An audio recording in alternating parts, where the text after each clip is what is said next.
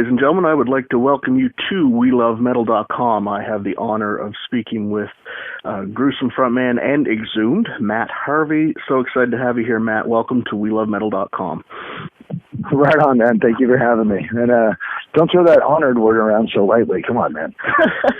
I'm pretty excited, to be honest. I've been following your work for a long time, especially through Exhumed. Cool. And when Gruesome came out, we were very excited. And then Dimensions of Horror, the new EP, we actually made you guys a band of the week because we were pretty jacked for the sound you guys were putting out there. So I will say honored and stand behind it. So. And on that EP that we're talking about today, I do want to congratulate you. It has received excellent reviews from our peers, and the fan reception seems to be great. That must provide some sort of validation for the work you guys put in. Well, yeah, I mean, it's gratifying, but at the same time, I feel like I can't really take a terribly large amount of credit for it. I mean, really, it's, the work that guys like, obviously, Chuck Schuldiner and Chris Reifert and Rick Ross and Cam Lee and all those guys back in the 80s really put in most of the hard legwork, and we just kind of came along and, continued doing or tried to continue doing what they were doing, So, it's definitely validation that I guess we're doing it right. So that is, and that's the most important thing to me. And, is that people get that we're, basically a tribute band, and that we're, if we're doing it effectively, then we really appreciate the support, and it is nice to see, Yeah, and actually, I wanted to touch on that a little bit because it's, what we said in our review is that it has an old school feel. Obviously, it is in homage to Death, which, hey, they're the innovators, they're the founders. But, I got thinking about it later when I was preparing for this interview. Does that term old school, does that bother you? I mean, this is new material. This isn't, this isn't you rehashing something. This is new. So does that term bother you? No, not really at all. I mean, to me, I was talking about it with this guy who, I guess he's originally from Cincinnati, but he lives in LA, and his name's Adam Conrad. And he is probably the single biggest death metal fan that I know. And we were talking about, like, how would you classify, how would you sort of stratify the eras of death metal? And I was like, I think, maybe like 85 or 84 to 88 would be the old school.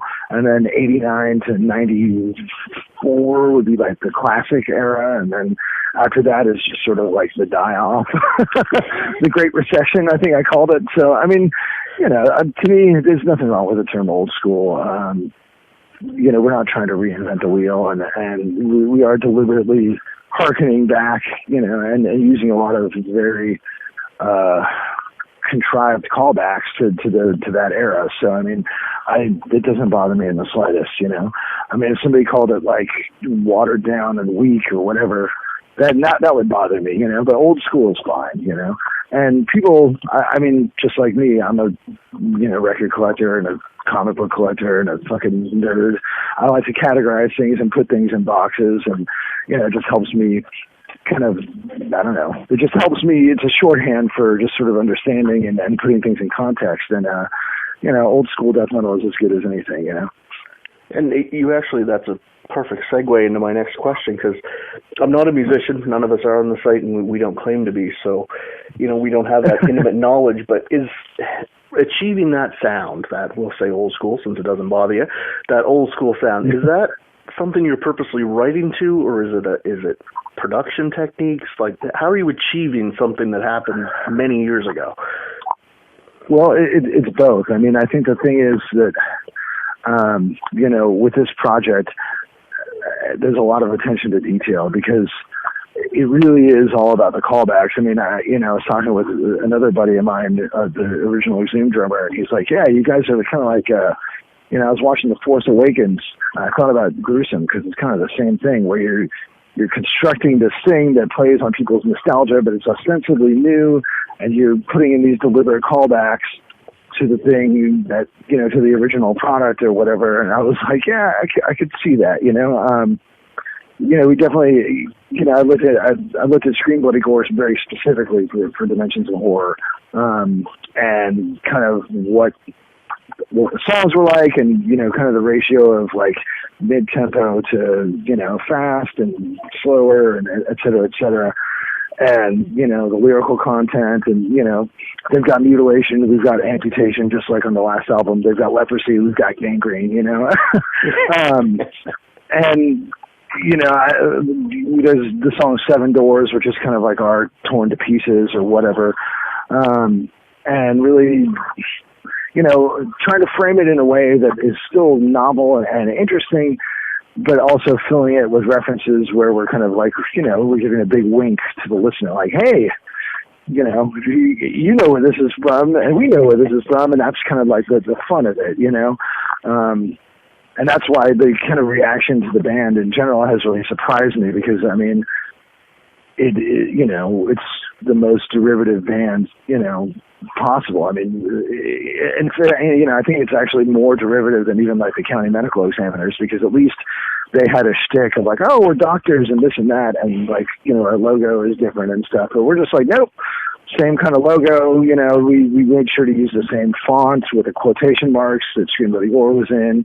We got the same cover artist, so it really is a very, it's very contrived, and I don't necessarily mean that in a negative way, because I'm one of the principal writers of it, but it's very intentional and very contrived, and luckily, like, one of the great things about Death is that Chuck wrote all of the riffs, like all of them, so it's actually a little bit easier to get into the headspace of writing in that way, because there's only one voice to listen to, whereas like, with the Beatles, Lennon and McCartney are both writing, and occasionally Ringo, and George has some songs or whatever, just as an example. Or like, even the early Carcass stuff, you have Bill writing riffs, you have Ken Owen writing riffs, then Mike Amick comes in with his style, and there's a bit of a synthesis there, whereas with Death, it's usually just Chuck, some drumming, and some solos that might not be him. So I feel like it's a kind of a unique situation where it's a little bit easier to slip into his shoes, because it's all his handwriting,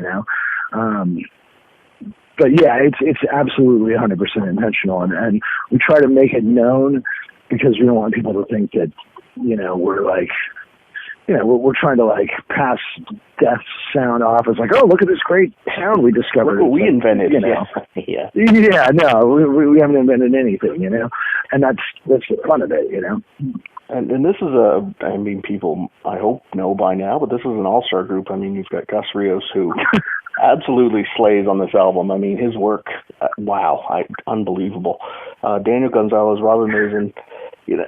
How did you know, like, it must be scary going from the studio and then stepping on a stage, which you guys have now done a few times. How do you know there's going to be chemistry there? Like, how does that work out? Well, the great thing about Gus, I mean, he's not just a drummer. He's also like I would say like a well-rounded musician. Like, he also plays guitar quite well. He's an audio engineer, and he plays he just plays drums. That's all he does for work. He plays in cover bands, he does weddings, he does whatever, like, you know what I mean? Like, he just plays drums.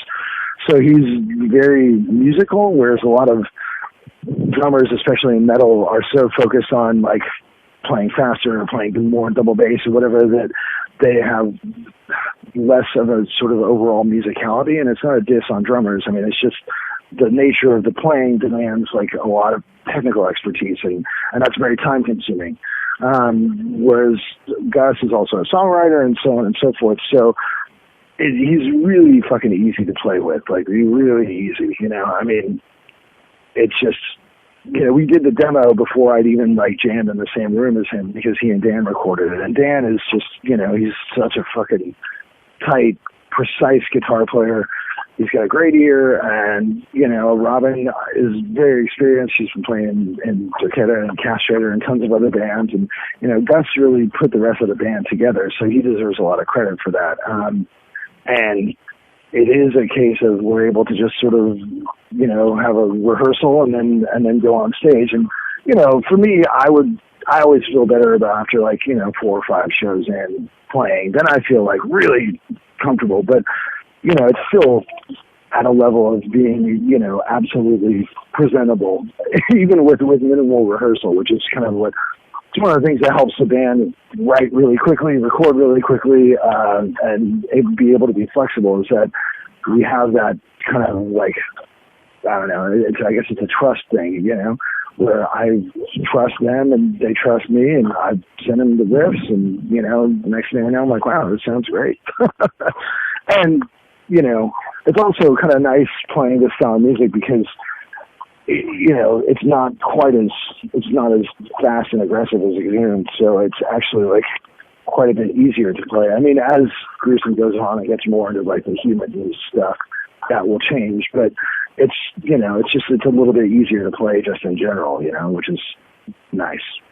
Well, that's watching videos, I was watching a couple of you guys did 2 sets at Maryland Deathfest this year, and, you know, watching some of the videos, even some of the crappy cell phone videos, which I don't know why people do, but anyway, you guys look tight, man. You guys look like you've been a band forever. It gelled for me. You've just been in different bands forever, so. Yeah, but you know what? There's chemistry there, and you can tell, in my opinion, you know, when you're a fan and you're down there in that pit, you can tell when a band's having a good time, and you guys look like you were having a good time, and I think that's important. It's vital. I mean, you know, I don't make enough money doing this to like not have fun. I mean, I only play with people that I like. Like if I had a choice between the best guitar player in the world or like the 4th best that I got along with, I would take the 4th best every time, because you're just going to play better, you know. And we, you know, luckily we all like each other, and we all like the music we're playing, and we like what we're doing, and it's, you know, pretty straightforward, you know, like. Those are just the basics, you know. Without any of that stuff, then it's no fun. How was Deathfest? Did you guys, you know, I mean, that's probably the biggest extreme metal show out there, you know, definitely in North America. Was it a good experience with, you know, new colleagues by your side? Yeah, it was really cool, man. We had a blast, and, you know, getting to play the Friday set was an unexpected, pleasant surprise. You know, I learned. The last time I played at Maryland Deathfest, I played with Exhumed, with Cretan, and with Gravehill. And I learned my lesson, because by the time the 3rd day came and I was playing with Gravehill, like I literally just wanted to curl up and die. And so after we got done with the first set, instead of going to like see Repulsion like I wanted to, I was just like, you know what? I'm going to have a couple Coors Lights and just chill and relax. And then I'm going to go back to the hotel at a reasonable time and not party and just chill and get a good night's rest, because it's fucking hot out there. You know, being from California, we don't have that kind of heat and humidity, and playing outside in the middle of the day in the sun, you know, on equipment that's not yours, and so on and so forth. I just really, I learned my lesson last time, and I was like, didn't take it lightly. I was like, cool. Then we got done on Saturday. And I was like, all right, my work is done. Now I can, you know, just whatever. Somebody offers me a shot, I'm going to take it, you know, and now I can drink, you know, real beer instead of just like Bud Light or whatever. So, and to be friendly, I won't call that age. I'll call it experience. Yeah. It definitely, you know, I definitely felt pretty good. And, you know, we had a really good time, and we were really stoked to see the people out and supporting it. And Relapse had us do a meet and greet, which I'm always really leery of. I was like, God, I've done so many where there's like 5 people that show up, and it's just awkward for everyone. But there was actually a lot of kids there, and we had fun, and, you know, kissed some babies, shook some hands and stuff. And it ended up actually just being like a really good time. You have to love death metal. You know, the whole festival was a good time. My time's wrapping up already with you there, Matt, but I wanted to get in, you know, Exhumed's a big name. I have no doubt that Gruesome's going to be a big name. How do you go about balancing these two? Well, you know, it's I'm not sure. You know, it's going to be a learning thing. I mean, with Exhumed, you know, we've been kind of in a dormant phase because we toured relentlessly for a few years. Like, just, you know, we were getting to the point where we had played certain cities like 5 or 6 times in a year, and it was just getting ridiculous, you know. And they weren't always necessarily like Los Angeles, New York, Chicago. It was like, you know, good evening, Knoxville, Tennessee, we're back. Like, what are we doing here again, kind of thing. So we did a bit of regrouping. We got our, I guess people would see him as our original bass player who played on Gormel with us, Ross Sewage, back in the band. And then we've just been kind of like getting our, band business together. But we will be recording a new album soon. So then it's going to be a little bit more interesting in terms of how it will balance out. But with Gruesome, we're all fairly busy. I mean, Dan's doing Possess, Robin's and the kid on the Castrator, and then she also works with tons of bands from everybody from Exodus and Testament and King Diamond and whoever else, So she's very busy. So it's, it's going to be an interesting logistical challenge, but hopefully we'll have enough advanced planning and stuff to make it so we can do service to both bands, but without getting my wife extremely pissed off because I'm never home, kind of thing. That's that'll be a real trick. Well, Matt, I want to thank you so much for being on WeLoveMetal.com, and I encourage everyone to go out and pick up this. They say it's an EP, but it plays like a full album, Dimensions of Horror by Gruesome, and thank you very much, man. It's been great. Yeah, you got it. Cheers, buddy. Thank you for the time. Thank you.